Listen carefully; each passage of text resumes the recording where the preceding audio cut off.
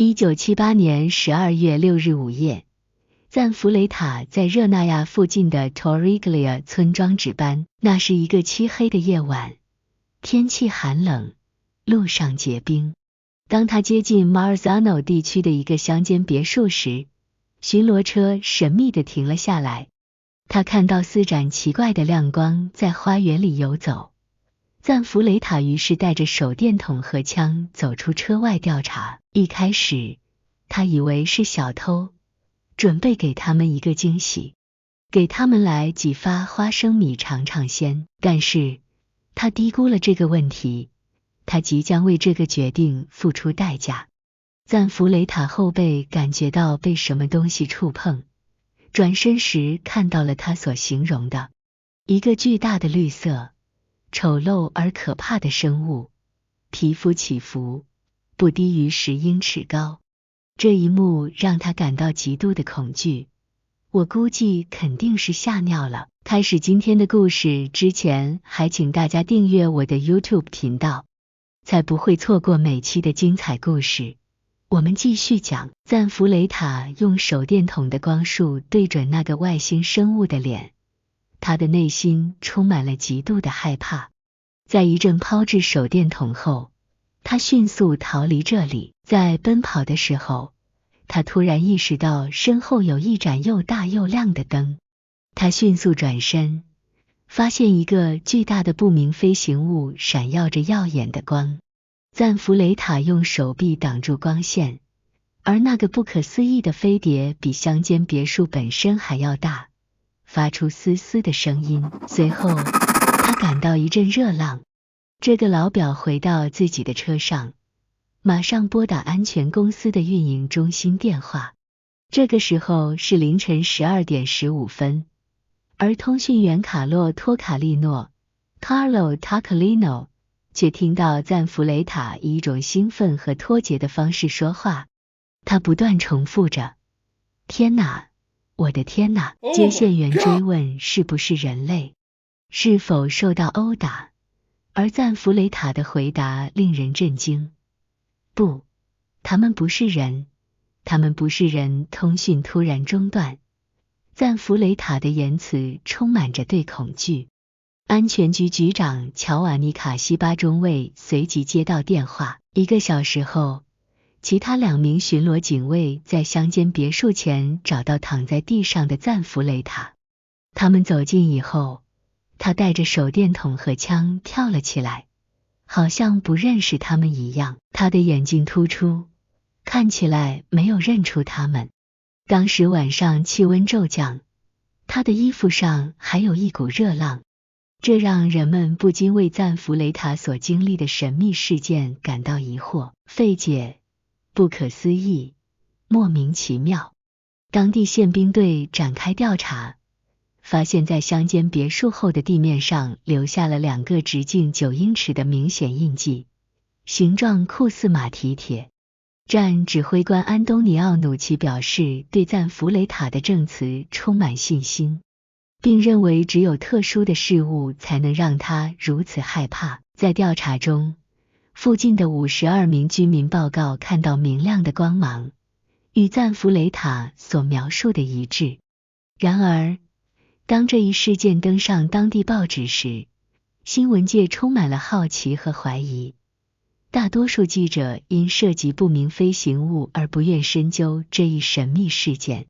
赞弗雷塔的遭遇让人们对他有一些异样看法。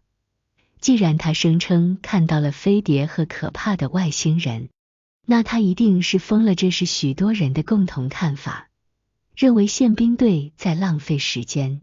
有人开始质疑赞弗雷塔，一个作为2个孩子做父亲、诚实守信的保安，为何要编造这样的故事？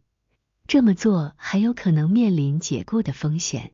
同时，52名居民的证词间接证实了他的经历，让人们对此事的怀疑进一步加深。在采访中，赞弗雷塔表达了自己的不安。人们总是打电话来取消我，他说，我不知道我看到了什么，但我看到了。我不是骗子。为了揭开当晚的实际情况，他同意在12月23日接受心理治疗师毛罗·莫雷蒂博士的催眠。见到赞弗雷塔时，记者感受到他的害羞和不安。他表示，我不是骗子。在催眠下，赞弗雷塔的陈述让人难以置信。他描述了被高达10英尺、皮肤毛茸茸的绿色外星生物绑架的经历。这些生物有黄色的三角形眼睛和额头上的红色静脉。他声称这些生物来自第三星系，并希望与人类交谈。他们计划大批返回。外星人并没有使用意大利语，而是通过发光装置翻译他们的话语。在调查的过程中，赞弗雷塔再次神秘失踪。他驾驶车辆穿越 Bargagli 隧道，突然失去了对车辆的控制。他说汽车自行转向并驶出隧道。他试图刹车和转动方向盘，汽车却沿着陡峭的上坡路行驶。当他在无线电中报告遇到困难时，他称由于浓雾看不清。大约1英里后，汽车突然停下来，让赞弗雷塔的头撞在方向盘上。他再次通过无线电发出：车停了，我看到一道亮光，我要下车了。他的车辆在凌晨1点10分被其他宪兵发现。他的衣物温暖干燥，奇怪是当时是在下雨的。赞弗雷塔处于极度恐慌状态，颤抖着哭泣。他们说我必须和他们一起离开。我的孩子怎么办？我不想。调查人员发现，尽管车辆在恶劣天气中行驶了很长时间，但车顶像在阳光下晒了一整天一样热，车内也异常炎热，周围留下了巨大而不成比例的脚印。根据 Carabinieri 的测量，履带长20英寸，宽8英寸，鞋底和鞋跟之间有一个明显的空白点。宪兵还发现赞弗雷塔的枪，一把史密斯和维森38特种枪，已经开了5次枪。在赞弗雷塔与 Pantoto 进行催眠治疗期间，教授罗兰多·马尔切桑 Rolando Marchesson 不记得他向谁开枪。所有资料都附在1979年1月3日由努奇指挥官发给热那亚地方法院的关于福尔图纳托·赞弗雷塔目击不明飞行物的报告中，询问应采取什么行动。该报告最终转交给了调查法官吉安鲁道夫·夏卡卢加，然后被交给地方法官。1年后的1980年1月11日，法官证明可以填写这份声明，没有犯罪。在这一事件中，宪兵将事实可靠性定义为良好。当时1978年12月，意大利各地都发生了大量不明飞行物目击事件，引起了议会的关注。社会党议员 Falco Came 甚至要求总理朱利奥·安德烈奥蒂和国防部长阿蒂利奥·鲁菲尼向国会通报对这些事件的看法。莫雷蒂博士安排了第2次催眠回归，这次被电视台 TVS 录制播出，数十万人观看了这一事件。赞弗雷塔成为了一个瞩目人物，但也遭到了质疑。一些人认为他的心理健康可能有问题。赞弗雷塔的故事传播到热那亚以外，引起了意大利电视名人恩佐·托尔托拉的关注。在他的节目 Portobello 中，托尔托拉邀请了这名警卫，并引入了著名精神分析学家切萨雷·穆萨蒂博士进行检查。穆萨蒂表示，赞弗雷塔真诚地讲述了他的经历。赞弗雷塔的文章开始在世界各地的报纸和杂志上出现，他成了被不明飞行物绑架的人。过去了几个月，赞弗雷塔一直没有经历奇怪的事件。他的故事一定有一个合理的解释。如果不明飞行物是真的，他为什么要绑架这个人2次呢？赞弗雷塔的弹壳爆炸的枪，赞弗雷塔扮演了什么样的角色？这些问题没有答案，直到赞弗雷塔第3次被绑架。那是在1979年7月30日晚上，这名警卫在热那亚的夸尔托住宅区执勤，这次是骑摩托车，不是在托里利亚附近的山上。然而，他又像以前一样消失了。2个小时后，其他一些警卫在热那亚附近的法斯山顶上找到了他。通往那座山的路只有一条。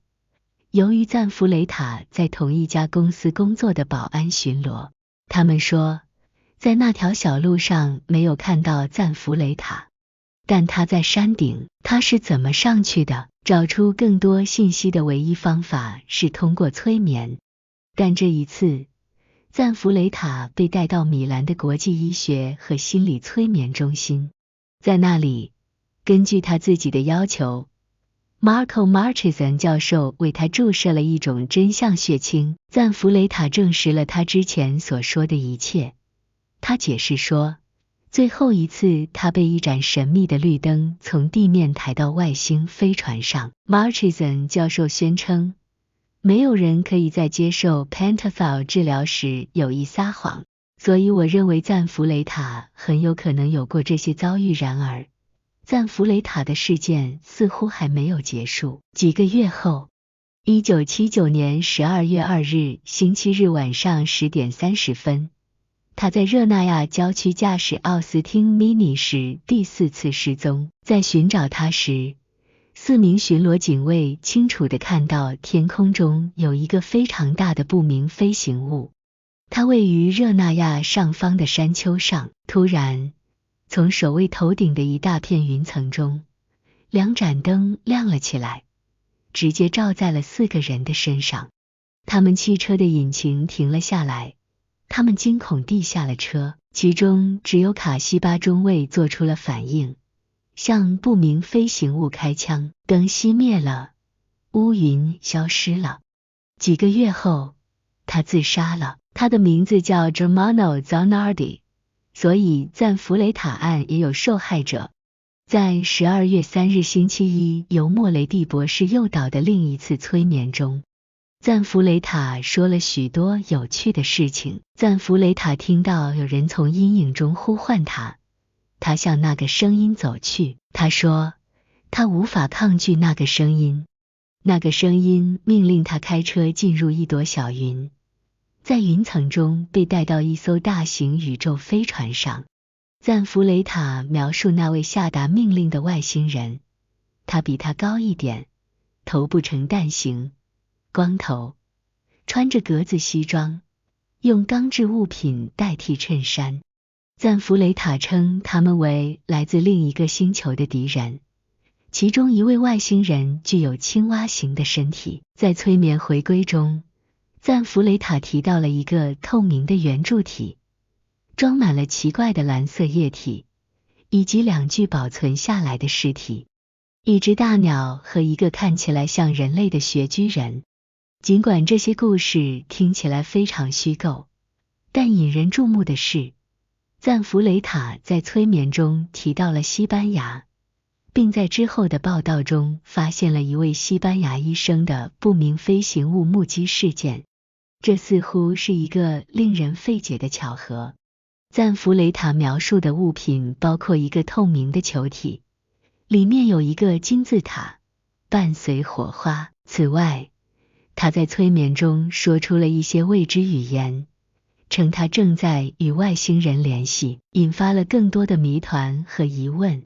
在最后的催眠中，赞弗雷塔声称无法解释他所经历的事情，而且科学无法解释这些事件。赞弗雷塔的故事中充满了许多令人费解和不可思议的元素，留下了许多未解之谜。